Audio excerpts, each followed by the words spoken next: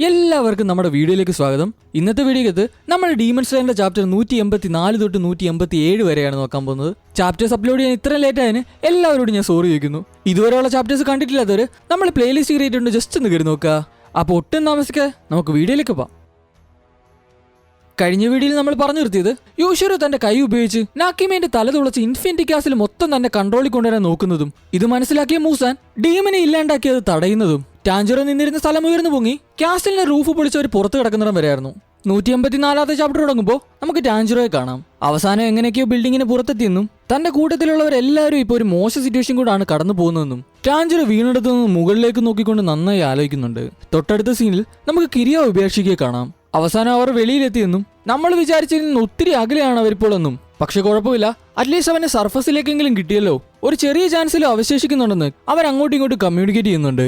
അങ്ങനെ പറഞ്ഞു വന്നപ്പോഴാണ് അവരവരുടെ ഏറ്റവും മോശം സിറ്റുവേഷനിൽ കൂടാണ് കടന്നു പോകുന്നതെന്ന് അവർക്ക് മനസ്സിലായത്. കാരണം മറ്റൊന്നുമല്ല, ഇനിയും സൂര്യൻ ഉദിക്കാൻ 1.5 മണിക്കൂർ കൂടെ ബാക്കിയുണ്ട്. അതായത് അത്ര നേരം കൂടെ എങ്ങനെ ഡീമൺ സ്ലേയേഴ്സ് മൂസാനെ പിടിച്ചു നിർത്തുമെന്ന് ആലോചിച്ചുകൊണ്ടാണ് അവരുടെ ഇപ്പോഴത്തെ ടെൻഷൻ. ഇക്കാര്യം ബാക്കിയുള്ളവരെ അറിയിക്കാൻ കാഗുയ ക്രോ അവിടെ പഠിച്ച പണി 18 നോക്കുന്നുണ്ട്. അടുത്ത സീനിൽ നമുക്ക് ടാഞ്ചറോ അടങ്ങുന്ന ബാക്കി ഡീമൺ സ്ലേയേഴ്സ് എല്ലാം എങ്ങനെയൊക്കെ തലപൊക്കി പുറത്തു വരും നമുക്ക് കാണാം. പക്ഷെ അവിടെ എങ്ങും മൂസാനെ കാണാൻ സാധിക്കുന്നില്ല. മൂസാന്റെ ലൊക്കേഷൻ മണത്തുകൊണ്ട് കണ്ടുപിടിക്കാൻ ടാഞ്ചറോ അവിടെ മാക്സിമം ട്രൈ ചെയ്യുന്നുണ്ട്. തൊട്ടടുത്ത പാനലിൽ അവിടെയുള്ള സാധനങ്ങളെല്ലാം പൊട്ടിച്ചുകൊണ്ട് പുറത്തോട്ട് വരുന്ന മൂസാനെ നമുക്ക് കാണാം. പുള്ളിക്കാരന്റെ മൊത്തത്തിലുള്ള അപ്പിയറൻസ് എന്റെ ചേഞ്ച് ആയിട്ടുണ്ട്. പക്ക ഡിമോണിക് ഫോമിൽ നിൽക്കുന്ന മൂസാൻ അവരോട് പറയുന്നുണ്ട്, നിങ്ങൾ എന്നെ ഇവിടെ തടഞ്ഞു നിർത്താനാണ് നോക്കുന്നതല്ലേ, ഒക്കെ നിങ്ങളെ കൊണ്ട് പറ്റുവാണെങ്കിൽ അതൊന്ന് ചെയ്ത് കാണിക്കുന്നത്. ഒട്ടും വൈകാതെ മൂസാൻ തന്റെ ലോങ് ആയിട്ടുള്ള കൈകൾ ഉപയോഗിച്ച് സൈഡിൽ നിന്നിരുന്ന ഒബനായെയും മിറ്റ്സുരെയും ഗിയുവിനെ അറ്റാക്ക് ചെയ്യാൻ പോകുന്നുണ്ട്. അവർ 3 സ്ഥലത്തേക്ക് ചെതറി മാറിയ ശേഷം ഒരേപോലെ മൂസാന്റെ അടുത്തേക്ക് പാഞ്ഞെടുക്കും നമുക്ക് കാണാം. ഒബനായി സ്നേക്ക് ബ്രീതിങ്ങിന്റെ 3rd ഫോമും ഗിയു തന്റെ വാട്ടർ ബ്രീത്തിന്റെ 8th ഫോമും മിറ്റ്സുരി തന്റെ 2nd ഫോം ഉപയോഗിച്ച് മൂസാന്റെ അറ്റാക്കുകളെല്ലാം ഒഴിഞ്ഞു മാറി അവനിലേക്ക് കൂടുതലെടുത്തു. അധികം വൈകാതെ തന്നെ ഒബനായുടെ വാള് മൂസാന്റെ കഴുത്തിന് കുറുകെ വെട്ടാനായിട്ട് തുടങ്ങി. ഒരുപക്ഷെ ഇവനെ കൊല്ലാൻ പറ്റില്ലായിരിക്കും, പക്ഷെ ഇവനെ മുറിക്കുന്ന വഴി കുറച്ചേലും സമയം കിട്ടുവാണെങ്കിൽ അത് ഞങ്ങൾക്ക് ഒരു അഡ്വാൻറ്റേജ് ആയിരിക്കുമെന്ന് ഒബനായി മുറിച്ചുകൊണ്ടിരിക്കുമ്പോൾ ചിന്തിക്കുന്നുണ്ട്. മൂസാനെ അവർ വെട്ടി വാളപ്പുറത്തെ സൈഡിൽ വന്നപ്പോ അവർ മൊത്തത്തിൽ ഞെട്ടിപ്പോവാണ്. അതിന്റെ കാര്യം മറ്റൊന്നുമല്ല, മൂസാന്റെ ദേഹത്ത് ഒരു പോറൽ പോലും ഇല്ല. ഡീമനെ അവർക്ക് വെട്ടാൻ സാധിച്ചെന്ന് അവരങ്ങോട്ടും ഇങ്ങോട്ടും ചിന്തിക്കുന്നുണ്ട്. അവസാനം അവർ കൺഫേം ചെയ്യുന്നുണ്ട് ഡീമൺ സ്ലേയേഴ്സിന്റെ വെട്ട് മൂസാനെ നല്ലപോലെ കൊണ്ടിട്ടുണ്ടെന്നും. പക്ഷെ വെട്ടുകൊള്ളുന്നതിനോടൊപ്പം തന്നെ ചിന്തിക്കാൻ കഴിയുന്നതിൽ അപ്പുറത്തെ സ്പീഡിൽ മൂസാന്റെ ബോഡി ജോയിൻ ആകുകയായിരുന്നു. മൂസാൻ വീണ്ടും നമ്മുടെ ഒബനായ മിറ്റ്സുരെയും ഗിയുവിനെയൊക്കെ അറ്റാക്ക് ചെയ്യാൻ വേണ്ടി ശ്രമിക്കുന്നുണ്ട്. മൂസാന്റെ വീട്ടിൽ ഇവരെല്ലാം ചത്തു എന്ന് നമ്മൾ വിചാരിക്കുന്ന ടൈം അതിനെല്ലാം എതിർക്കുന്ന രീതിയിൽ കുറെ ഡീമൺ സ്ലെയർ കോർപ്സ് ഇതിന്റെ ഇടയ്ക്ക് വന്ന് കയറുകയാണ്. അതായത് മൂസാനിൽ നിന്ന് ഹാഷിറാസിന്റെ ജീവൻ രക്ഷിക്കാൻ വേണ്ടിയിട്ട് അവരവരുടെ ലൈഫ് വരെ സാക്രിഫൈസ് ചെയ്യുന്നത് നമുക്ക് അവിടെ കാണാം. ഇത്രയും പേര് അവരുടെ കൺമുന്നിൽ വെച്ച് മരിച്ചു പോയിട്ടും അവരെ കൊണ്ട് ഒന്നും ചെയ്യാൻ സാധിക്കുന്നില്ല. നിസ്സഹായതയോടെ മാത്രം നോക്കി കാണാൻ പറ്റുന്ന ഇവരുടെ അവസ്ഥ അവരെ മൊത്തത്തിൽ അവിടെ ഡൗൺ ആക്കുകയാണ്. എന്ത് വില കൊടുത്തും ഹാഷിറാസിനൊന്നും പറ്റരുതെന്നും ഒരു ഭിത്തി പോലെ നിന്ന് അവരെ കവർ ചെയ്യണമെന്നും പറഞ്ഞ് ബാക്കിയുള്ളവരും തന്റെ ജീവൻ പണയം വെച്ച് മൂസാന്റെ വാളിന് നേരെ നീങ്ങുന്ന നമുക്ക് കാണാം. ടാഞ്ചറോനെ രക്ഷിക്കാൻ വേണ്ടി വന്ന ഡീമൺ ഹണ്ടറും അവന്റെ കയ്യിൽ തന്നെ കിടന്ന് അവിടെ മരിക്കും നമുക്ക് കാണാം. ഇത്രയും നാള് പില്ലേഴ്സ് നമ്മളെ പ്രൊട്ടക്ട് ചെയ്തെന്നും ഇനി അവരെ രക്ഷിക്കാനുള്ള ഉത്തരവാദിത്വം നമുക്കാണെന്നും പറഞ്ഞ് മൂസാന് ചുറ്റും അവർ വളഞ്ഞു. തൊട്ടപ്പുറത്തുനിന്നും മിറ്റ്സുരി കരഞ്ഞുകൊണ്ട് അവരെ മാറ്റാൻ വേണ്ടി ശ്രമിക്കുന്നുണ്ട്. പക്ഷെ അതാകെ കൈവിട്ടു പോയിരുന്നു. ടാഞ്ചറോ എന്തെങ്കിലും ചെയ്യണമെന്ന് വെച്ച് മുന്നിലേക്ക് നീങ്ങിയെങ്കിലും അവനെ കൊണ്ട് ഒന്നും ചെയ്യാൻ സാധിക്കാത്ത ചോര തൊപ്പി അവനോട് താഴെ വീഴുകയാണ്.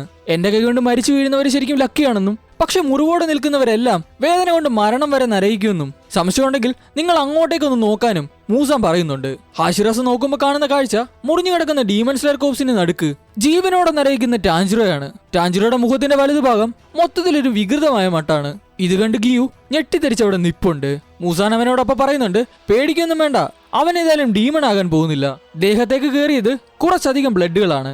അത് ശരിക്കും ഒരു വിഷം പോലെ ആക്ട് ചെയ്യും. എന്നിട്ട് അവന്റെ ബോഡിയിലെ ഓരോ സെൽസും ഇല്ലാണ്ടാക്കി കളയും. അങ്ങനെ അവൻ പതിയെ മരണത്തിലേക്ക് പോകും. മൂസാൻ അവിടെ പറഞ്ഞു തീരുമ്പോ ടാഞ്ചറോ അവിടെ മരിക്കുന്നതായി കാണിച്ചുകൊണ്ടാണ് 184 ചാപ്റ്റർ എൻഡ് ആകുന്നത്. 185 ചാപ്റ്റർ തുടങ്ങുമ്പോൾ നെസുക്കോനെ പുള്ളിക്കാരത്തിന്റെ അച്ഛൻ വന്ന് വിളിക്കുന്നതായി കാണാം. അവള് പെട്ടെന്ന് തന്നെ ഞെട്ടി എണ്ണീക്കുകയാണ്.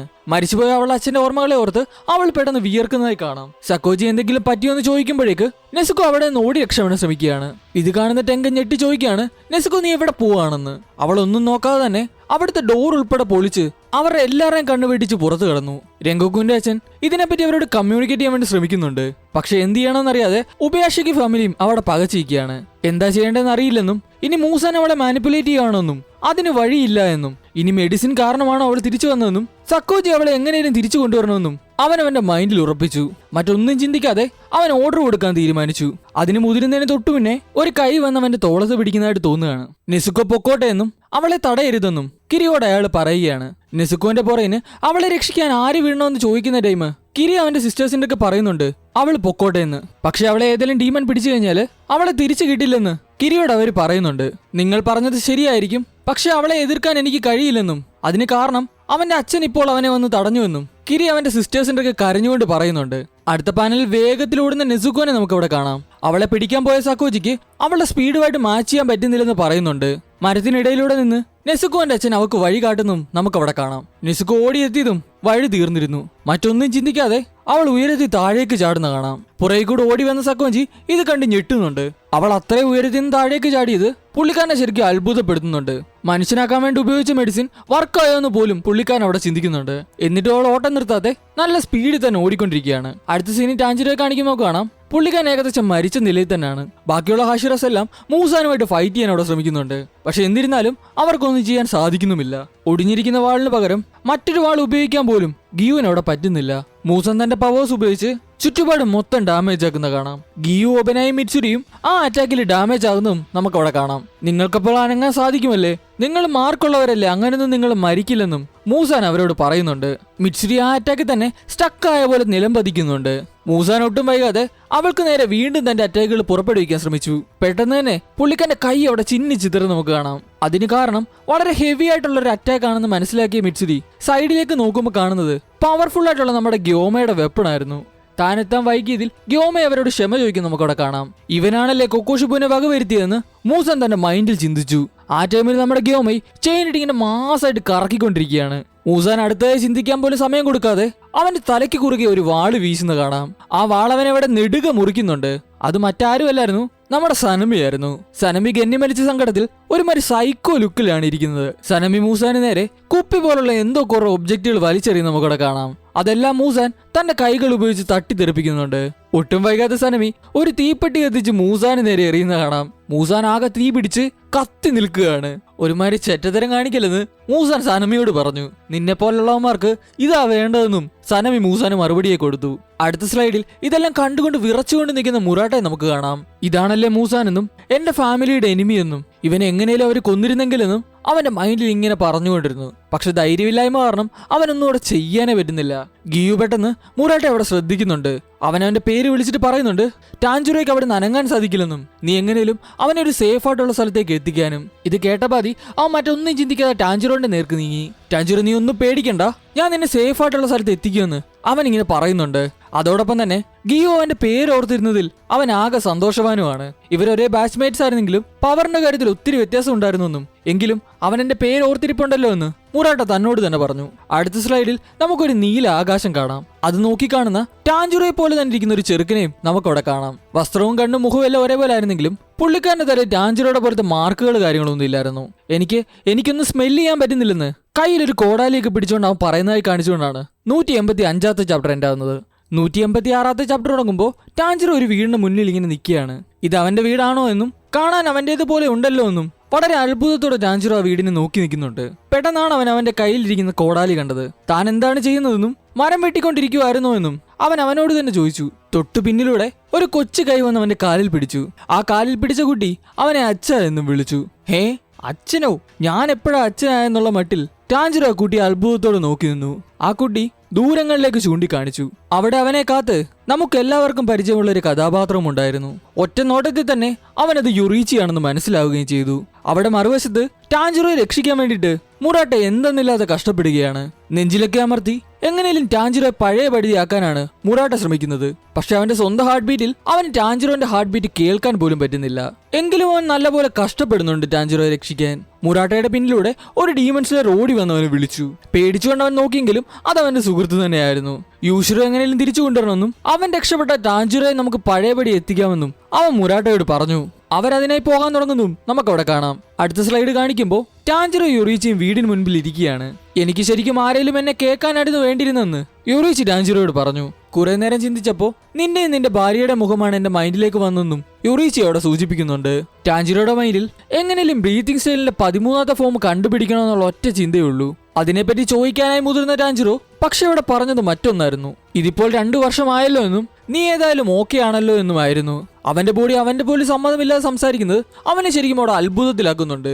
ടാൻജിറോ വീണ്ടും യൊറീച്ചിയോട് തുടരുന്നുണ്ട്.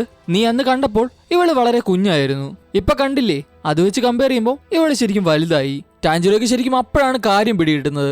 യൊറീച്ചിയുമായിട്ട് അവൻ കമ്മ്യൂണിക്കേറ്റ് ചെയ്യാൻ ശ്രമിക്കുന്നുണ്ടെങ്കിലും അതിന് ഉത്തരം കൊടുക്കുന്നത് വേറെ ഏതോ ശരീരവുമാണ്. അവന്റെ ഏതോ പൂർവികന്റെ മെമ്മറി കൂടെയാണ് അവനിപ്പോ കടന്നു പോയിക്കൊണ്ടിരിക്കുന്നത്. നീ സന്തോഷവാനായിരിക്കുന്നത് എനിക്കും ഒരുപാട് സന്തോഷം തരുന്നുണ്ടെന്ന് യൊറീച്ചി അവനോട് പറയുന്നുണ്ട്. ടാൻജിറോയ്ക്കാകട്ടെ ഇതെല്ലാം കേട്ടിരിക്കാമെന്നല്ലാതെ സംസാരിക്കാൻ പോയിട്ട് തന്റെ ശരീരം ഒന്ന് അനക്കാൻ പോലും കഴിയുന്നില്ല. കിളിപോയ ടാൻജിറോ ഇതെല്ലാം കേട്ടുകൊണ്ടിരിപ്പുണ്ട്. ഈ ലോകം എല്ലാ അർത്ഥത്തിലും മനോഹരമാണെന്ന് യൊറീച്ചി ഇങ്ങനെ പിറുപിറുക്കുന്നുണ്ട്.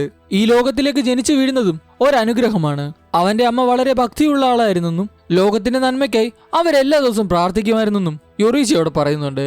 കാതിലെ ഇയറിംഗ്സ് അവന്റെ അമ്മ നൽകിയതാണെന്നും തനിക്കുള്ള ഏക സഹോദരൻ വളരെ പാവമായിരുന്നുവെന്നും അച്ഛന്റെ വാക്കുകളെ വകവെക്കാതെ അവൻ എന്നെ കാണാൻ വന്നിട്ട് എനിക്ക് ഓരോ സമ്മാനങ്ങൾ കൊണ്ട് തരുമായിരുന്നുവെന്നും യൊറീച്ചി ടാൻജിറോയോട് ഇങ്ങനെ പറയുന്നുണ്ട്. യൊറീച്ചി വീണ്ടും കഥ തുടരുന്നുണ്ട്. തന്റെ അമ്മ മരിച്ചു കഴിഞ്ഞപ്പോൾ ആ വീട്ടിൽ നിൽക്കാൻ യോഗ്യതയില്ലെന്ന് അവന് മനസ്സിലായെന്നും അമ്പലത്തിൽ പോവുകയാണെന്ന് കള്ളം പറഞ്ഞുകൊണ്ട് അവൻ വീട് വിട്ടിറങ്ങിയെന്നും തന്നെ കൊണ്ട് കഴിയാവുന്ന അത്രയും വിധം ആകാശത്തെ ലക്ഷ്യം വെച്ചുകൊണ്ട് അവൻ ഓടിയെന്നും യൊറീച്ചി ഓരോന്നോരോന്നായി ടാൻജിറോയോട് പറയാൻ ശ്രമിച്ചു. അങ്ങനെ അവൻ വയലുകളുള്ള ഒരു സ്ഥലത്ത് എത്തിച്ചേർന്നു. അവിടെ അവൻ അവന്റെ സമാന പ്രായത്തിലുള്ള ഒരു കുട്ടി കയ്യിലൊരു കൊട്ടയൊക്കെ പിടിച്ച് വിദൂരതയിലേക്ക് കണ്ണു നട്ടിരിക്കുന്നവൻ കണ്ടു. കുറെ നേരത്തെ നിൽപ്പിന് ശേഷം ഇവൻച്വലി യൊറീച്ചി നീ എന്താണ് ചെയ്യുന്നതെന്ന് ചോദിച്ചു. അവളുടെ ഫാമിലി മൊത്തം അസുഖബാധിതരായി മരിച്ചുപോയെന്നും എല്ലാവരും നഷ്ടപ്പെട്ട പിന്നെ ഏകാന്തതയാണ് അവൾ അനുഭവിച്ചുകൊണ്ടിരിക്കുന്നതെന്നും അതുകൊണ്ട് അവൾ പാടത്തു നിന്നും കുറച്ച് വാൽമാക്രികളെ പിടിച്ചോണ്ട് പോകാൻ നിൽക്കുകയാണെന്ന് യൊറീച്ചിയോട് പറഞ്ഞു. പക്ഷെ സൂര്യാസ്തമയമായപ്പോൾ അവൾ ആ പിടിച്ച ജീവികളെ മൊത്തം അവിടേക്ക് തന്നെ തുറന്നു വിടുകയും ചെയ്തു. ഇത് കണ്ടതും നീ അതിനെയൊന്നും വീട്ടിലേക്ക് കൊണ്ടുപോകുന്നില്ലെന്ന് യൊറീച്ചി അവളോട് ചോദിച്ചു. ഞാൻ ഇതിനെ കൊണ്ടുപോകുന്നില്ലെന്നും ഇതിനെ കൊണ്ടുപോയി കഴിഞ്ഞാൽ ഒരുപക്ഷെ ഇതിനും ഇതിന്റെ ഫാമിലി നഷ്ടപ്പെട്ടേക്കാന്ന് അവൾ അവനോട് മറുപടിയായി പറഞ്ഞു. യൊറീച്ചി മറ്റൊന്നും ചിന്തിക്കാതെ ഞാനെങ്കിൽ നിന്റെ കൂടെ വന്നാലോ എന്ന് അവളോട് ചോദിച്ചു. ഇത് കേട്ട് കണ്ണു നിറഞ്ഞ് അവൾ അവനെ നോക്കി. ആ കുട്ടിയുടെ പേര് യൂട്ട എന്നായിരുന്നു. അങ്ങനെ അവർ ഒരുമിച്ച് ജീവിക്കാൻ ആരംഭിച്ചു. യൂട്ട ഒരുപാട് സംസാരിക്കുമായിരുന്നു. രാവിലെ മുതൽ രാത്രി വരെ നോൺ സ്റ്റോപ്പ് ആയിട്ട് സംസാരിക്കാൻ അവളെ കൊണ്ട് സാധിക്കുമായിരുന്നു. അവളുടെ കൂടെ ജീവിച്ചപ്പോഴാണ് യൊറീച്ചി ആളുകളെ കുറിച്ച് മനസ്സിലാക്കിയത്. പലരും പല വിധത്തിലാണെന്ന് അവന് പോകെ പോകെ മനസ്സിലായി.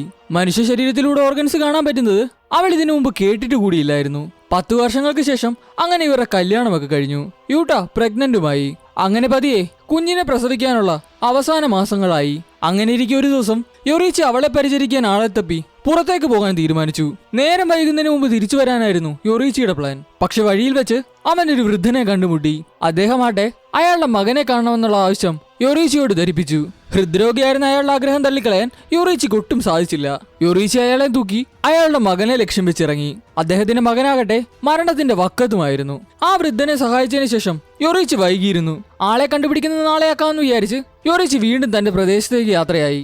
അവനെ കൊണ്ട് കഴിയും വിധം വേഗത്തിൽ വീടെത്തിച്ചേരാൻ അവൻ ശ്രമിച്ചു. പക്ഷെ അപ്പോഴേക്കും സൂര്യൻ അസ്തമിച്ചിരുന്നു. അങ്ങനെ വീട്ടിലെത്തി കതവ് തുറന്നപ്പോൾ യൊറീച്ചി തകർന്നു പോയിരുന്നു. അതിന് കാരണം മറ്റൊന്നുമല്ല, അവന്റെ ഭാര്യയും അവന്റെ കുഞ്ഞും അവന്റെ കൺമുന്നിൽ മരിച്ചു കിടക്കുന്നു. മെന്റലി ഡൗൺ ആയിപ്പോയ യൊറീച്ചി അവരുടെ ശവശരീരം പിടിച്ച് 10 ദിവസം അങ്ങനെ തന്നെ കഴിച്ചുകൂട്ടി. അപ്പോഴാണ് അവിടേക്ക് ഒരു ഡീമൺ സ്ലെയർ വരുന്നത്. അയാൾ യൊറീച്ചിയോട് അവരുടെ ആത്മശാന്തിക്കായി അടുത്ത് വേണ്ട കാര്യങ്ങൾ ചെയ്യാനായി ആവശ്യപ്പെട്ടു. അങ്ങനെ കർമ്മങ്ങളെല്ലാം കൃത്യമായി കഴിയുകയും ചെയ്തു. യൊറീച്ചിക്ക് അവന്റെ ഓർമ്മകളിൽ നിന്ന് തിരിച്ചു വരാൻ സാധിച്ചിട്ടേ ഇല്ലായിരുന്നു. അവൻ ആകെ വേണ്ടിയിരുന്നത് അവന്റെ ഫാമിലിയായി സമാധാനത്തോടുള്ള ജീവിതമായിരുന്നു. ഒരു ചെറിയ വീട്, അവിടെയാകട്ടെ ഇരുവശത്തും തനിക്ക് വേണ്ടപ്പെട്ടവർ. അവനതിൽ തൃപ്തനായിരുന്നു. അവന് വേണ്ടപ്പെട്ടവരുടെ മുഖമെങ്കിലും കാണാൻ സാധിച്ചിരുന്നെങ്കിൽ, ആ കുഞ്ഞി കൈകൾ പിടിക്കാൻ സാധിച്ചിരുന്നെങ്കിൽ അവൻ എന്തുകൊണ്ട് സന്തോഷവാനായെന്ന് യൊറീച്ചി പറയുന്നുണ്ട്. ഡീമൺസ് ഭൂമിയിലുള്ള അത്രയും കാലം മനോഹരമായ ലോകത്ത് സന്തോഷം അവശേഷിക്കില്ലെന്ന് മനസ്സിലാക്കിയ യൊറീച്ചി അങ്ങനെ ഡീമൺ ഹണ്ടർ ആകാൻ തീരുമാനിച്ചു. വർഷങ്ങളായി പലരും ഡീമൺസിനെ കൊല്ലാൻ മുതിരുന്നുണ്ടായിരുന്നെങ്കിലും അവർക്കാർക്കും ബ്രീത്തിങ് സ്റ്റൈൽസിനെ പറ്റി വലിയ ധാരണയില്ലായിരുന്നു. യൊറീച്ചി അവർക്കെല്ലാവർക്കും തന്നെ കൊണ്ട് കഴിയും വിധം അവർക്ക് അനുയോജ്യമായ ബ്രീത്തിങ് സ്റ്റൈൽസും പറഞ്ഞു നൽകി. യൊറീച്ചിയുടെ ബ്രദറും പുള്ളിക്കാരന്റെ സബോർഡിനേറ്റിന്റെ മരണത്തിന് ശേഷം ഡീമൺസിനെ കൊല്ലാൻ അവരെ ഹെൽപ്പ് ചെയ്തിരുന്നെന്നും അവൻ അവിടെ പറയുന്നുണ്ട്. അങ്ങനെ ഇരിക്കുമ്പോഴാണ് യൊറീച്ചി ഡീമൺസിനെ എല്ലാം ക്രിയേറ്റ് ചെയ്ത മൂസാന്റെ മുന്നിൽ എത്തിപ്പെടുന്നത്. മൂസാനെ കണ്ട നിമിഷം യൊറീച്ചി മനസ്സിൽ ഉറപ്പിച്ചു, ഞാൻ ഈ ലോകത്തേക്ക് ജനിച്ചു വീണത് തന്നെ ഇവന്റെ മരണം ഉറപ്പിക്കാനാണെന്ന്. ഇത് കാണിച്ചുകൊണ്ടാണ് 186ാമത്തെ ചാപ്റ്റർ ഉണ്ടാവുന്നത്. 187ാമത്തെ ചാപ്റ്റർ തുടങ്ങുമ്പോൾ നമുക്ക് മൂസാനെ കാണാം. തിളച്ചു മറിയുന്ന അഗ്നിപർവ്വതത്തിന് സമാനമാണ് മൂസാൻ ഇപ്പോൾ അവിടെ ഉണ്ടാക്കുന്ന പ്രസൻസ്. മുന്നിൽ വരുന്ന എന്തിനേയും നിഷ്കരണം ഇല്ലാണ്ടാക്കാൻ പ്രാപ്തനാണ് മൂസാനെന്ന് നമ്മുടെ യൊറീച്ചി അവിടെ തിരിച്ചറിയുന്നുണ്ട്. ബ്രീത്തിങ് ടെക്നിക്ക് യൂസ് ചെയ്യുന്നവരിൽ എനിക്ക് ഒരു ഇൻട്രസ്റ്റും ഇല്ലെന്ന് പറഞ്ഞുകൊണ്ട് മൂസാൻ അവന്റെ കൈ പുറത്തെടുത്തു. ഒട്ടും സമയം വേസ്റ്റ് ആക്കാതെ എന്നിട്ട് മൂസാൻ യൊറീച്ചിയുടെ നേർക്കുള്ള ആദ്യത്തെ അറ്റാക്ക് പുറപ്പെടുവിച്ചു. വളരെ ഫാസ്റ്ററായ മൂസാന്റെ ഓരോ അറ്റാക്കുകളും യൊറിച്ചി ഓരോന്നോരോന്നായി ഒഴിഞ്ഞു മാറി. അങ്ങനെ അവൻ ചലിക്കുമ്പോൾ താൻ ഒഴിഞ്ഞു മാറിയ ഓരോ വെട്ടുകളും പുറകിലുള്ള മരങ്ങൾ മുറിക്കുന്നതിന്റെ ശബ്ദം യൊറിച്ചിക്ക് വ്യക്തമായിട്ട് കേൾക്കായിരുന്നു. മരണം തന്നെ തൊട്ടടുത്തൂടെ പോകുന്ന ഫീല് ഓരോ നിമിഷവും അനുഭവിച്ച യൊറിച്ചിക്ക് ആ അനുഭവം ജീവിതത്തിൽ ആദ്യമായിട്ട് ഗൂസ് ബോംസ് ഉണ്ടാക്കുന്ന പോലെ ഫീലാക്കി. ട്രാൻസ്പെറന്റ് ആയി മൂസാനെ കണ്ട യൊറിച്ചിക്ക് ഒരു കാര്യം മനസ്സിലായി. ഇവന് 7 ഹൃദയവും 5 തലച്ചോറുമുണ്ട്. അവൻ നിസാരക്കാരനല്ലെന്ന് മനസ്സിലാക്കി യൊറിച്ചി ആ സിറ്റുവേഷൻ തന്നെ തനിക്ക് പറ്റുന്ന പോലെ ഒരു പെർഫെക്റ്റ് ആയിട്ടുള്ള ഫോം ക്രിയേറ്റ് ചെയ്ത് മൂസാനെ ചന്നം പിന്നെ വെട്ടാൻ തുടങ്ങി. ഇതായിരിക്കുമോ ആ 13ാമത്തെ ഫോം എന്ന് ടാൻജിറോ അപ്പുറത്ത് നിന്ന് ചിന്തിക്കുന്നുണ്ട്. അതെനിക്ക് അറിയണമെന്നുള്ള മട്ടിൽ ടാൻജിറോ യൊറിച്ചിയുടെ ഓരോ വാക്കിനും വേണ്ടി കാതോർത്തിരുന്നു. മൂസാനെ എന്താ സംഭവിക്കുന്നതെന്ന് പോലും അവിടുന്ന് മനസ്സിലാക്കാൻ സാധിച്ചില്ല.